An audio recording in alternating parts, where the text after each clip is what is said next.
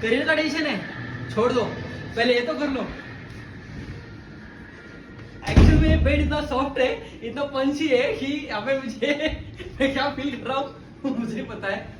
लेकिन जो रूम है काफी एक्सपेंसिव है, और एक्सपेंसिव चीजें करने के लिए हम ऐसी जगह पे जाया करते हैं। बाय द वे, पैसा वसूल, सब कुछ वसूल। बाहर का भी कुछ इस तरह से है।